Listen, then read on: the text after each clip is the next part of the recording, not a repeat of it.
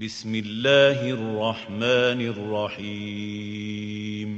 السلام عليكم ورحمة الله وبركاته. معكم محمد شاهين التاعب من قناة الدعوة الإسلامية على اليوتيوب، وفيديو جديد من سلسلة اعتراف خطير. الاقتباس اللي هنقرأ منه النهاردة أرسله الأخ أبو عمار الأثري، ربنا يحفظه ويبارك فيه. فلو أنت عندك اعتراف حابب إن احنا نعرضه في هذه السلسلة، اتواصل معانا عن طريق طرق التواصل اللي موجودة تحت في وصف الفيديو. المرجع اللي هنقرأ منه النهاردة أول مرة هنقرأ منه بعنوان مقدمة للعهد الجديد، القرائن، المنهجيات وتكوين الخدمة، تأليف ديفيد دي سيلفا. مرجع بروتستانتي مترجم من اللغة الإنجليزية، مطبوع في مجلدين أو جزئين، كتاب يعتبر كبير وضخم على إن يتقال إن هو مقدمة، مجلدين كبار ضخمين. المرجع يعتبر أكاديمي دراسي، لكنه برضه بيميل إلى الجهة المحافظة، وبيحاول على قد ما يقدر انه يوفق ما بين النقد والايمان المسيحي، نفس منهج ريموند براون تقريبا. في الصفحة رقم 237 تحت فصل بعنوان الاناجيل الاربعة ويسوع الواحد، بيتكلم عن ازاي المجتمع المسيحي المبكر اتعامل مع وجود 4 اناجيل. ومش بس ان في 4 اناجيل، ان الاناجيل دي ما بينها اختلافات وتناقضات. ايه مشكلة ان يبقى في 4 اناجيل؟ ان العهد الجديد دايما بيتكلم عن الانجيل، بيعطيك انطباع ان مفيش غير انجيل واحد، لكن احنا وجدنا ان في 4 اناجيل، ووجدنا اختلافات وتناقضات ما بين هذه الاناجيل ال4. هنتصرف ازاي؟ هنا بيتكلم عن الموضوع من الناحية التاريخية، وبيقول الآتي: تعددية الأناجيل، خاصة اختلافاتها التي لا مجال للتوفيق بينها. بدأ اعتراف ان الأناجيل فيها اختلافات لا مجال للتوفيق بينها، لا مجال للتوفيق بينها. المفروض ان النقطة دي جبنا عليها مراجع كتير جدا، والمفروض ان هي بقت حقيقة، واحنا المفروض نكون فاهمين ليه الاناجيل ما بينها اختلافات، وليه الاختلافات بتوصل لدرجة التناقض، فما ينفعش او ما فيش مجال للتوفيق بينها. شرحنا الكلام ده بالتفصيل، خصوصا في الاقتباسات بتاعت ريموند براون. احنا بنتكلم عن تقليد اتغير واتطور واترجم على بال ما وصل لكتبة الاناجيل اللي ما كانوش اصلا شهود عيان، فبالتالي في اختلافات في التقليد اللي وصل لهم، بالإضافة إلى إنهم في الغالب غيروا في التقليد اللي وصل لهم علشان يوصلوا وجهة نظر معينة. المهم إن إحنا عندنا 4 أناجيل، والأربعة دول ما بينهم اختلافات لا مجال للتوفيق ما بينها. القضية دي بقى الناس المسيحيين الأوائل اتعاملوا معاها إزاي؟ قالك غالبا ما خدمت مصلحة نقاد المسيحية. أمر طبيعي، يعني المشكلة ان انتوا بتدعوا ان الكتابات دي مكتوبة بوحي من الله، هي دي المشكلة. لو انتوا قلتوا ان هذه الكتابات بشرية، واحنا عارفين كويس قوي من الناحية التاريخية ازاي الاناجيل دي اتكونت واتدونت واتكتبت، هنقول ماشي، ده امر طبيعي ان نلاقي ما بينهم وبين بعض اختلافات وتناقضات لا مجال للتوفيق بينها. لكن المشكلة ان انتوا عايزين تعطوا لهذه الكتابات مصداقية وموثوقية لدرجة ان انتوا بتقولوا انها مكتوبة بوحي من الله، ان العهد الجديد موحى به من الله. وبرضو اتكلمنا كتير قبل كده عن العلاقة ما بين الوحي والعصمة والإشكاليات الكتابية. الناس زي ما قلت قبل كده كتير بشكل بدهي وفطري وعقلاني ومنطقي بسيط جدا، التناقضات لا تستقيم مع فكرة ان الكتابات دي تكون موحى بها من الله. الامر ما يمشيش، الناس ما تقبلش ده. وعلشان كده زي ما قلنا قبل كده في فيديو سابق، متى المسكين عارف وغيره من العلماء كتير عارفين ان الاشكاليات الكتابية اللي من ضمنها الاختلافات التي لا مجال للتوفيق ما بينها سبب عثرة للمسيحيين. ده امر طبيعي وعقلاني ومنطقي. المهم قال لك الاختلافات التي لا مجال للتوفيق ما بينها غالبا ما خدمت مصلحة نقاد المسيحية. ازاي؟ ده من ناحية تاريخية من زمان. مثلا انتقد كالسس، ده اسمه كالسس مش سيلسوس، اسمه باليوناني بيتكتب بالكابا، كالسس. انتقد كالسس المسيحيين بتغيير نص كتابتهم المقدسة في كل مرة واجهوا فيها نقدا لكي يتمكنوا من إنكار الصعوبات. احنا جبنا الكلام ده في سلسلة إثبات تحريف الكتاب المقدس، اعتراف في غاية الخطورة. كالسس كان وثنيا، أوريجانوس عمل كتاب ضد كالسس عشان يرد عليه، رغم ان كالسس مات قبل ما أوريجانوس يكتب الرد عليه. لكن واضح ان كتاب كالسس كان عامل مشاكل للمسيحيين، رغم ان كتاب كالسس الأصلي مش موجود. طب احنا عرفنا منين كلام كالسس واتهامه للمسيحيين بالتحريف؟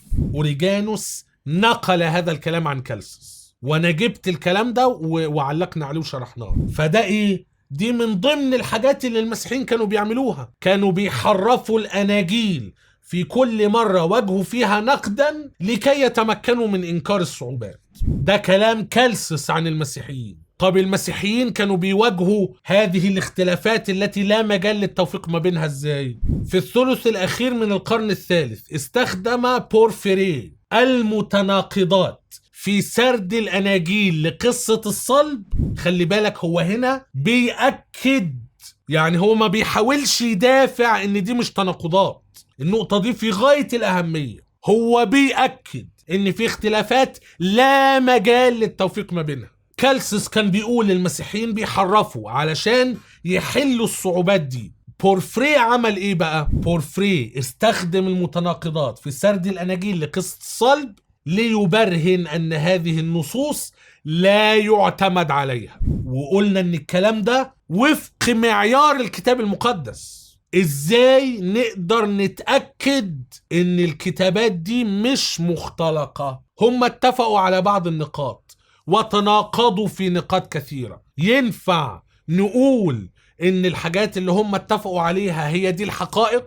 ما ينفعش. ذكرنا قبل كده قصة سوسنة العفيفة اللي موجودة في زيادة سفر دانيال اللي في الترجمة السبعينية، واللي اتقال ان الجزء ده اتحذف من سفر دانيال لانه بيسيء لشيوخ بني اسرائيل. كانوا هيحكموا عليها بالموت لولا ان دانيال قال لهم لا انا مش مصدق الكلام ده. فراح القاضي سأل كل واحد لوحده انتوا شفتوها بتزني فين؟ فكل واحد قال مكان مختلف.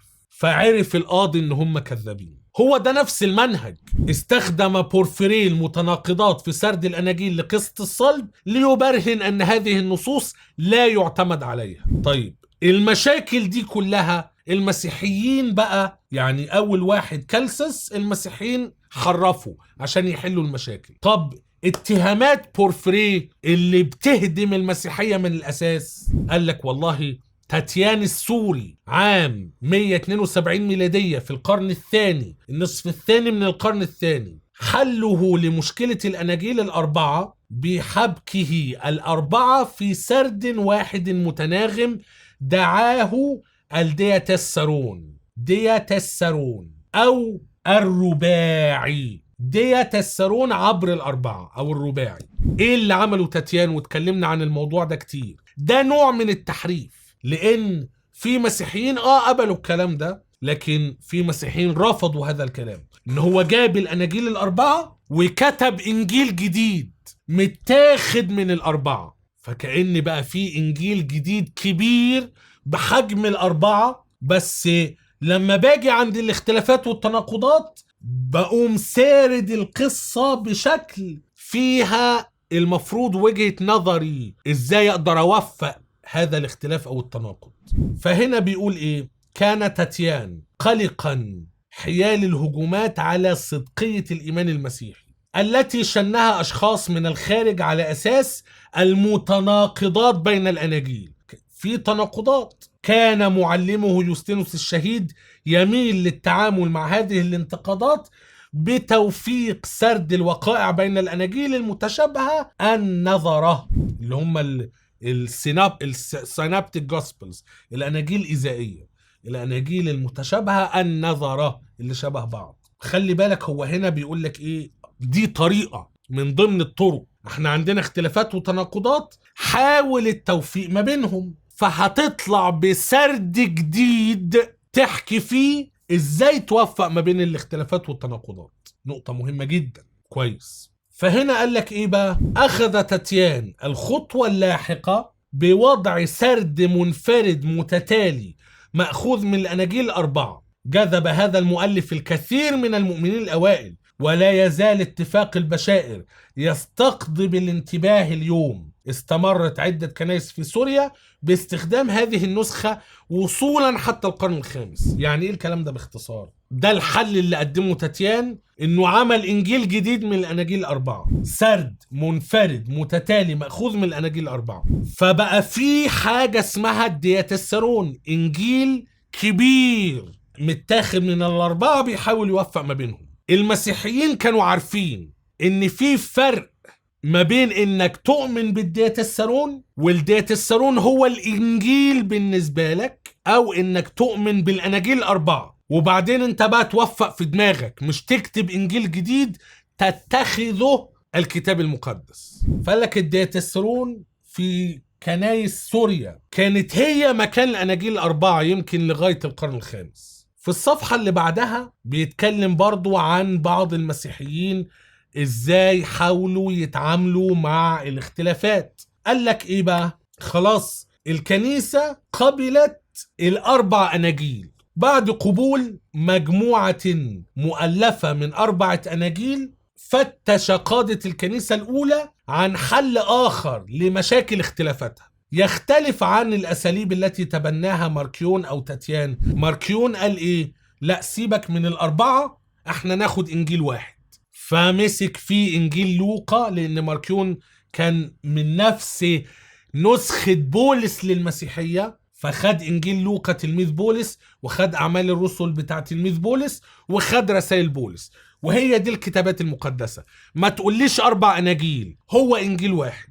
الفكرة دي قاومها إرناوس أسقف ليون زي ما هو بيقول في الكتاب، وإرناوس أسقف ليون حاول يقنن ليه لازم يبقوا 4 أناجيل. الرقم 4 ده مهم، ما علينا. فقال لك طيب نشوف طريقة تانية نحل بيها مشاكل الاختلافات ما بين الأناجيل غير طريقة ماركيون وغير طريقة تاتيان.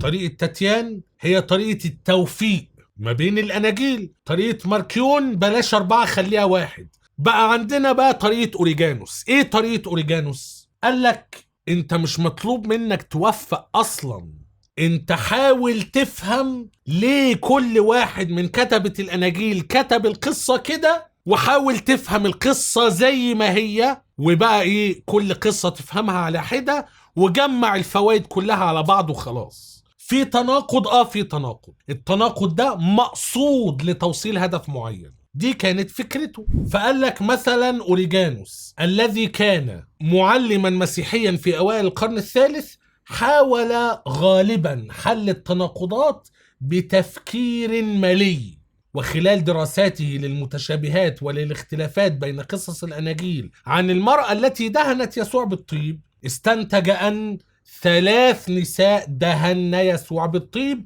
في 3 مناسبات مختلفة. الطريقة دي هي نفس طريقة تاتيان السوري، اللي هو اديك صح كم مرة وقبله وبعد يبقى هو صح كل هذه المرات. طيب دي طريقة أوريجانوس لجأ إليها. وبعدين هنا بيقول إيه؟ ولكن أحيانا لا يمكن حل الصعوبات لا بالتناغم ولا بالقول إن الأناجيل تصف مناسبات مختلفة، فلا يمكن حل المتناقضات على المستوى الحرفي. يعني إيه؟ يعني قال لك والله الطريقة دي في بعض الأحيان تمشي، رغم ان ده اختراع من الدماغ ما عليهوش دليل. انت كده زي ما بارت إيرمان بيقول، انت بتحكي قصة مختلفة غير اللي محكية في اي انجيل من الاناجيل. بس ما علينا، اهو حل وهنتنزل وهنقبله. المشكلة بقى ان في بعض الاختلافات او التناقضات لا يمكن حلها على المستوى الحرفي. ما ينفعش تجمع ما بين الكلام ده والكلام ده لو الاتنين احداث تاريخية حقيقية، ما ينفعش. لازم بقى تحول النص من كلام تاريخي حقيقي لرموز واشارات روحية. شوف الدماغ.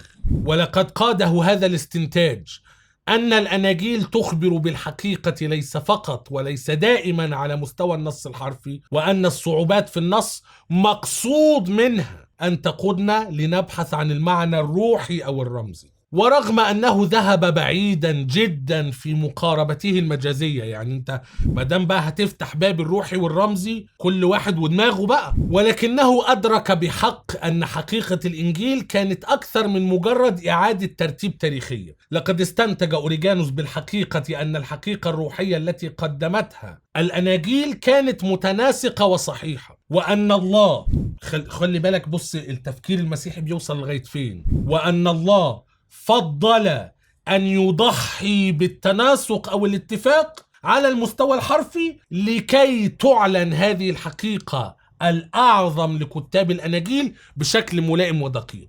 تعالى الله عما يقولون علوا كبيرا، كأن ربنا مش قادر يحقق الاتنين. أصل احنا والله لو اهتمينا بالناحية التاريخية ان السرد يكون مرتب بشكل تاريخي صحيح، وبالتالي الكلام ما يكونش فيه اختلافات او تناقضات، يبقى هنضطر نضحي من الناحية الروحية. طيب لا، الناحية الروحية مهمة، يبقى هنضطر نضحي بالتناسق او الاتفاق على المستوى الترتيبي التاريخي الحرفي. ما ينفعش الاثنين، هو كأنه بيقول ما ينفعش الاثنين. أفلا يتدبرون القرآن ولو كان من عند غير الله لوجدوا فيه اختلافا كثيرا. هو بيقر، ومع ذلك عايزنا يعني عقولنا دي نغيرها علشان نقبل على الله إنه لازم يضحي بحاجة علشان يحقق حاجة. هي المسيحية هي فكرة الصلب والفداء قايمة على إيه أصلا؟ قايمة على عدم إمكانية التوفيق بين صفات الله عز وجل.